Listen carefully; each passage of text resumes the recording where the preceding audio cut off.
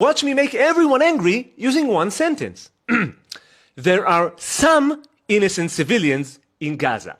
Now, I just pissed off some Israeli extremists who think that no one in Gaza is innocent, and I definitely pissed off a lot of folks on the other side who think that every civilian in Gaza is innocent. Now, I've spent some time thinking of a creative way to demonstrate this to you, maybe like a cool dialogue with funny characters like some of my other videos, but then I thought, why? Why go through all this trouble when I can simply show you the civilians of Gaza? Like this one, for example. Here's a civilian with a cute purple bicycle for his daughter saying, I killed 3 of them and I'll do it again and again.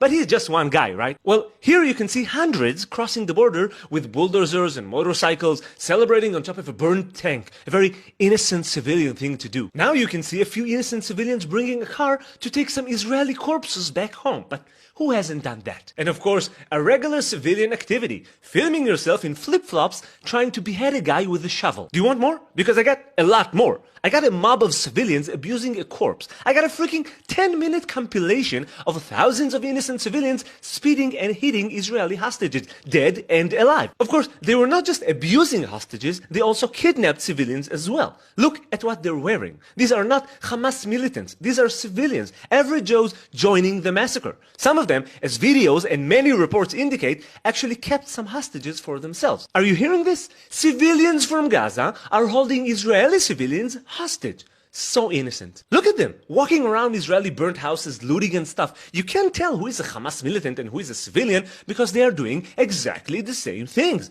Breaking into houses together, kidnapping kids together. Oops, that lady I kidnapped fell over. Are there any innocent civilians who can help me hoist her back up? I already prepared my innocent torture dungeon back home.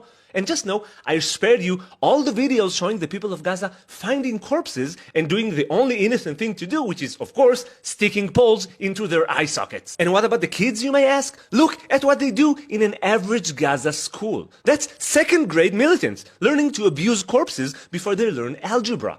There are hundreds of videos online showing a 5-year-old Gaza kid saying his dream is to kill Jews, and his mother saying her dream is for her son to die while killing Jews. No wonder 70% of them support the October 7th massacre. They were there. No wonder they vote for Hamas. They are Hamas. And believe me, I showed you a fraction of the evidence. These are not innocent people. And my point is not that every single person in Gaza is bad, of course not, but it sure seems like most of them are.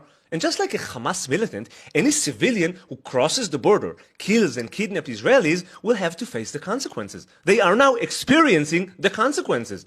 You teach your kids that everyone should be held accountable for his actions. The same goes for the innocent civilians of Gaza. I'll finish by saying I know everybody loves the underdog. Everyone is in favor of the underdog, the poor and helpless underdog. Well, sometimes the underdog is in fact helpless, and sometimes the underdog is a sadistic maniac who tries to decapitate people with a shovel.